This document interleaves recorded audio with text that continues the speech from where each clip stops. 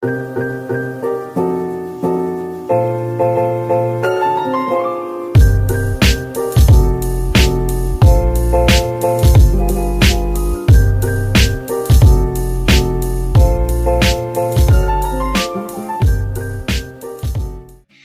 everyone, Hi everyone. we are from Group 3. We would like to talk about tourism demand. I'm Siti Mutmainah. I'm Sofiani Lidya Citra. And I'm Vanessa. First thing first, I am going to introduce you about tourism demand. Hi guys! So this time I'm gonna share with you about tourism demand. But before that, I'm gonna ask you a question. Do you know what is tourism demand? It's a demand from a tourist. Well, yes, that's correct. I'm not gonna lie, but I think you need to hear this. People have needs for goods and services, which is provided and sold by a supplier sector. And people who are willing to pay for them is called demand. The higher the price, the less consumer will buy the products. And the opposite, the lower the price, the less attractive from the supplier point of view.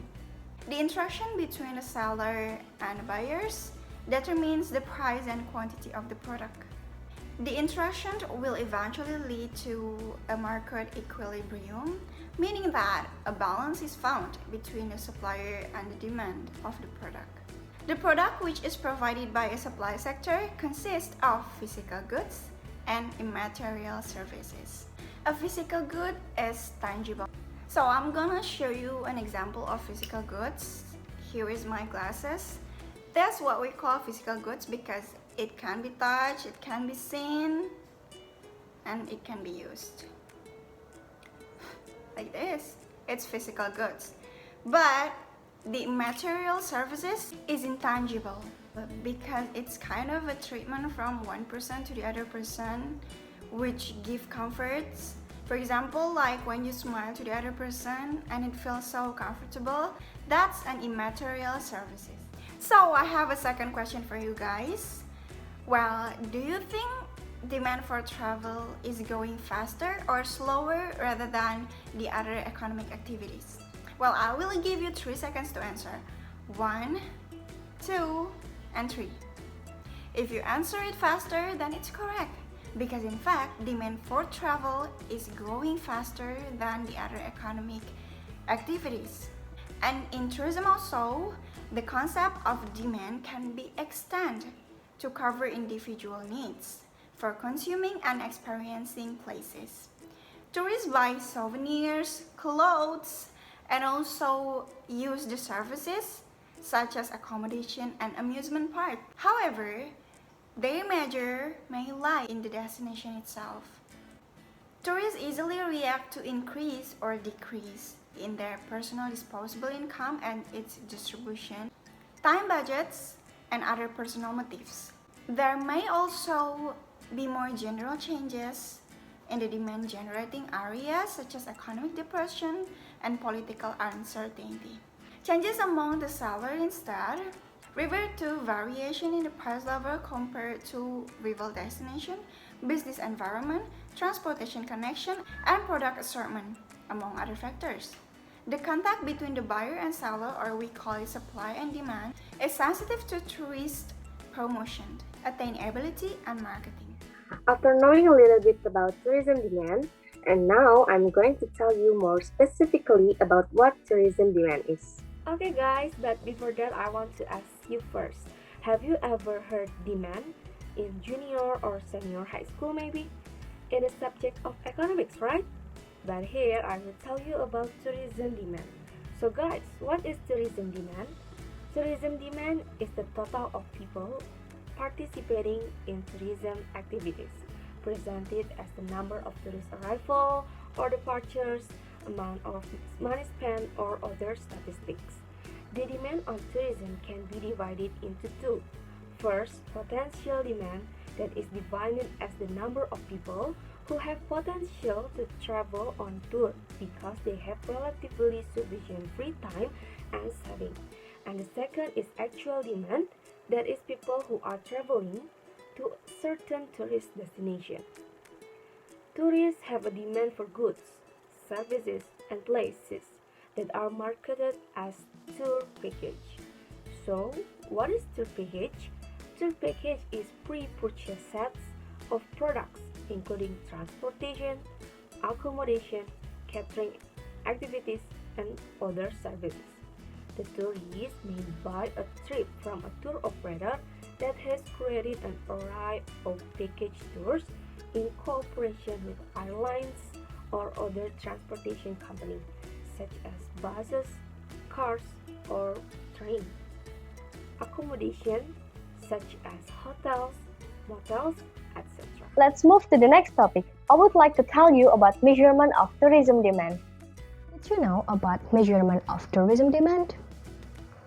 Yeah, tourism demand can be measured in a variety of ways.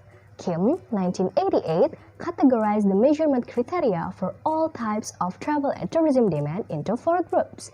The first one is about a direct criterion, such as the number of tourist arrivals, the number of tourist visits, and the visit rates. The second is about pecuniary criterion. For example, the level of tourist expenditure and share of expenditure in income. The third one is about time consumed criterion, such as tourist day, tourist night, and the last one is about distance travel criterion. For instance, the distance traveled in miles or in kilometers. Among the above 4 categories, the Doric criterion and pecuniary criterion dominate international tourism demand studies.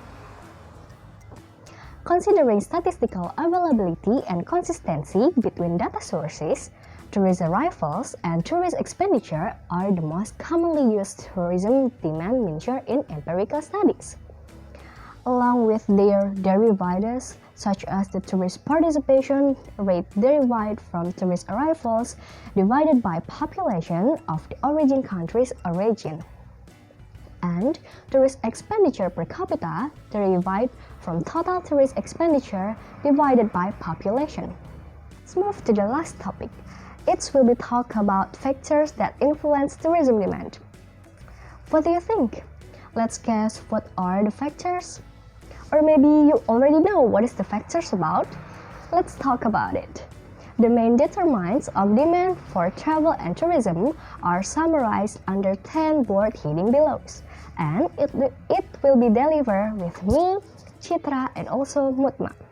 The first one is about economic factors and competitive prices. The economic variable in the countries or region which prospective tourist live are the most important group of factors influencing for volume and demand generated. Price, which represent cost to consumer in the term of money. Time and effort is relative to their spending power and reflects the economic determinants discussed above. The second is about demographic characteristic of tourism-generating nations. The main characteristic determining tourism markets are population size, household size and composition, the effect of high level of divorce and remarriage or new partnerships, and aging of population in developed countries, and falling birth rates. The third is about geographic factors. Climate and scenic attraction accessible to large, relatively affluent urban centers are two of the principal pull determinants of travel demand for leisure purposes that explain many destination choices. For example, Spain and other Mediterranean countries offer the most accessible and scenic location for warmth and sunshine for people living in Northern Europe. And the next factors is socio-cultural attitudes to tourism. The growing number of people with enough income, leisure time, and mobility to generate and sustain market growth is a primary determinant for travel and tourism. Fifth, access to personal transport. The personal mobility provided by cars is a prime determinant of the volume and types of tourism, especially for domestic tourism. For the example, in the USA, the private car has for years been the dominant holiday transport choice. government regulatory infrastructure surrounding travel and tourism. So much of tourism is an international business. It has to involve agreements between government as well as decisions for their own countries. The seventh is Information and Communication Technology, or ICT. ICT tools such as PDAs have capacity to promote and provide access to products in the internet. ICT also develops direct marketing, B2C and C2B. It improves C2B contact and revolutionizes marketing information system with the power to develop and communicate bespoke product with targeted customers. It also improves relationship marketing with repeat buyers and other stakeholders with whom it is now possible to have direct communication. And then the eighth is environmental concern and demand for more sustainable forms of tourism. For example, like world population growth, and then rapid economic development, and then recognition that the Earth's natural resources are not enough to satisfy the world population and its ambition for rapid growth even at current population levels. And the last is recognition that if existing use pattern of resources are not altered, climate changes based on global warming will destroy biodiversity.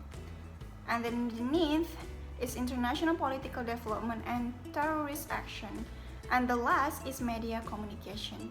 Thousands of hours watching television, the internet, YouTube, Instagram, TikTok, and other social media has already strongly influenced the travel demand. The internet is now a primary media for communicating many products in travel and tourism. And we have an example about it. Now I have a case that we have to discuss. It's actually related with the last factor that I was explaining, that is media communication. Here is the video from TikTok, and I want to know your opinion.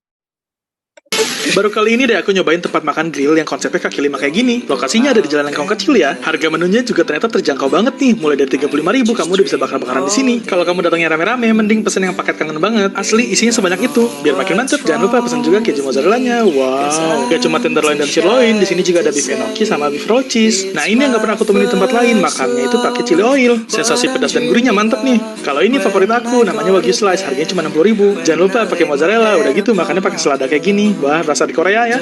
So, what are you guys thinking about this video? Through that video, I think it influenced people to come to the restaurant because the way how the speaker explained is interesting for me, and also the price is pretty cheap. So I'm sure media communication increased the tourism demand. Yes, I agree with what Citra said because social media is one of the good way to promotion strategy so that the restaurant will be more popular because it is posted in the famous platform where everyone can using this application, that is TikTok. Yeah, your opinion are such a smart opinion. Like what the material say that nowadays the media communication really influence tourism demand. In fact, I was there 4 or 5 days ago, and it's true that the restaurant was really crowded, even though it's in pedestrian, but we must reserve first because of the high request. The interesting fact, since that video was posted in TikTok, the demand has been getting increased. It means TikTok as a media communication really support the tourism demand. And also, I'm sure after you guys seeing that video, you have an interest to come to the restaurant, right? I think yes. Now, to support the example of the case that our discussed earlier, the following is an article that strengthened the material, namely discussing TikTok marketing benefits for the travel industry. In this article, it is said that the demand for domestic tourism has increased because social media, especially TikTok, which is a famous platform that is widely used by everyone today, especially the millennial generation. In this article, also state about other industry on tourism. There is airline sector. Various advertisement on TikTok. Several airlines have used this strategy on the platform, and it is very successful. This is a proof that TikTok's success attracts the attention of netizens, especially in the world of aviation. Well, I think that's all the material that we can give. We hope that you guys understand about what we are explaining.